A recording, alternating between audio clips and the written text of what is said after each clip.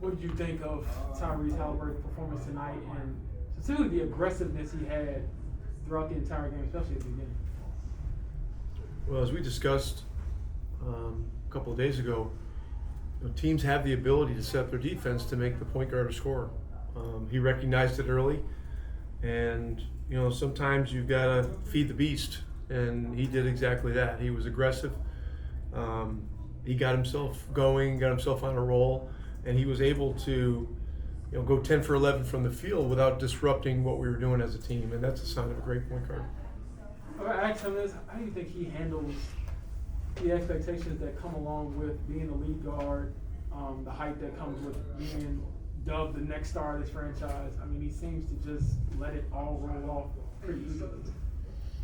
Well, Tyrese is a very mature kid, mature beyond his years. He has a great understanding of the game. He has a natural, intrinsic understanding of leadership and what that entails from the standpoint of accountability and leading not only verbally but by your actions. And so he understands the opportunity that's before him. He's very humble about what that means, and he does not take it lightly. And so, and he's still a young player, and there's still a lot to be learned. And he's a sponge. He's learning a lot, and you can see the continued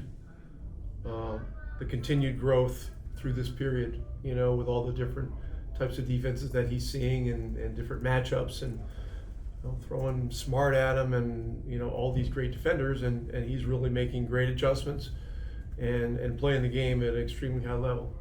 And defensively, what was the conversation like with him when he's dealing with the foul trouble, then he fouls out, and he wants to be in there but he can't?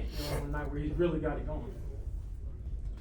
Yeah, I mean, in the third, when he got his fourth foul, I felt that we needed to keep him in at that point in time.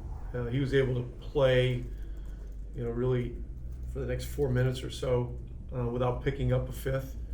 We were able to get him a pretty good chunk of rest, and then the two other fouls came, and please don't ask me about those because I don't have my checkbook out here, and ready. And but there were let's just say that he was and we were extremely unlucky on those two calls. Do you think it is a matter of, I know one of them was like a loose ball call, where he just has to know, like, maybe he shouldn't go for that ball, it's a natural instinct, or maybe a learning experience, if that makes sense? Yeah, I mean, look, he's an athlete, and he's a reactor, and and he's an aggressive reader of situations. And if the ball's there, on his fifth foul, he hit the ball first, and then there was contact. So I haven't looked at the play closely. In my mind, when you're the first person to put your hand on the ball, it seems to me like you would have a greater right to it than someone else that's coming into the play. But I got to look at it and get a little more educated on it. And then the sixth foul was, I mean, there was contact, but it seemed like a call that could have gone either way or just been a no call. And in that situation, I think everybody in the building would rather have seen a no call. I mean, because if you're even, tonight, if you're a Celtics fan, you'd love to see how Tyrese Haliburton playing in the fourth quarter. I mean, the way he was playing, it was beautiful basketball. And the last one for me, what did you think of the way Oshae performed, and really the entire group? I know specifically because he came back from the lower back soreness, but that entire group to make it game and give you all a chance there down at the end. Yeah, I love the way we hung in the entire game. It was another tough first quarter, but we beat these guys pretty good 3 weeks ago, whatever it was. They came out really fired up, made it really very difficult for us to get anywhere on the floor offensively.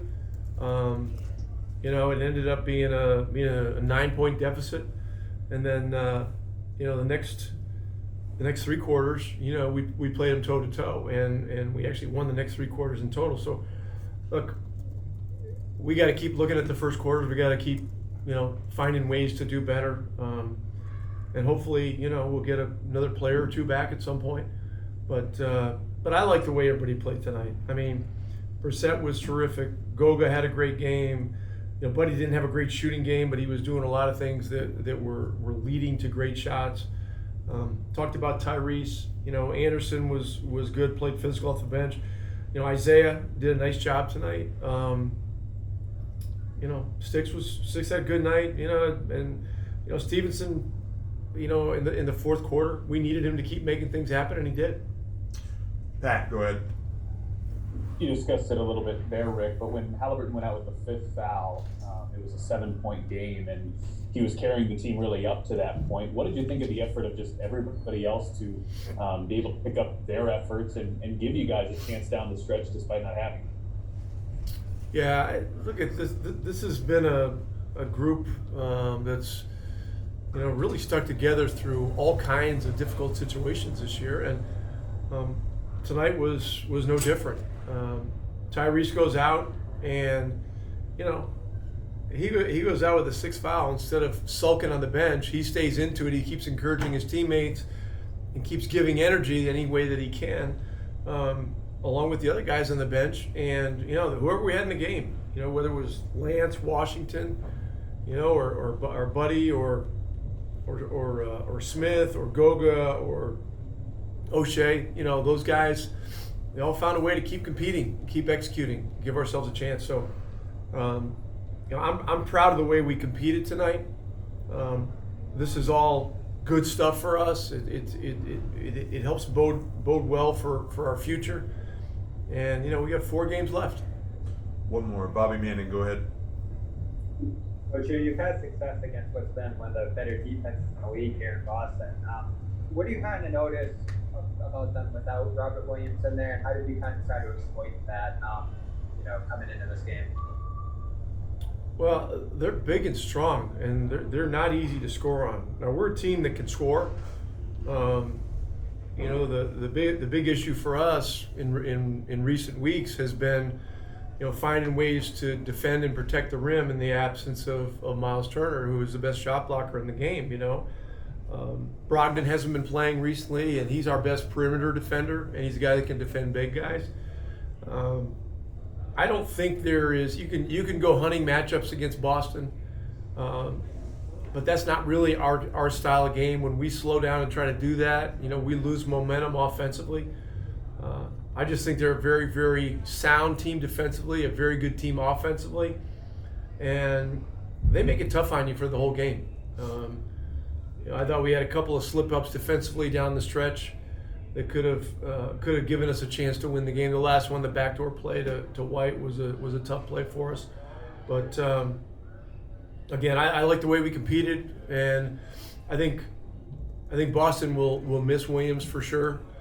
But they got Tice sitting over there. Horford's a great player.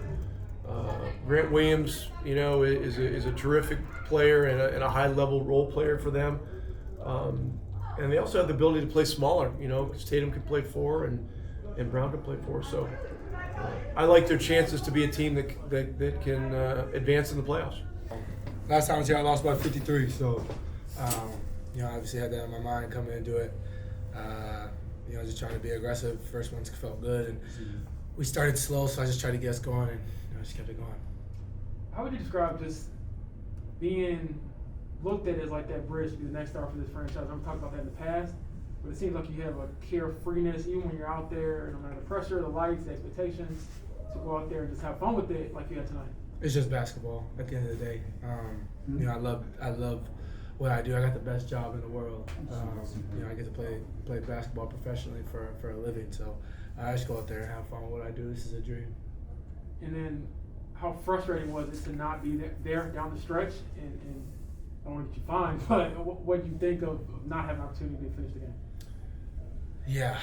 I don't know. I think it was some questionable things out there tonight. I'm trying to put it the right way.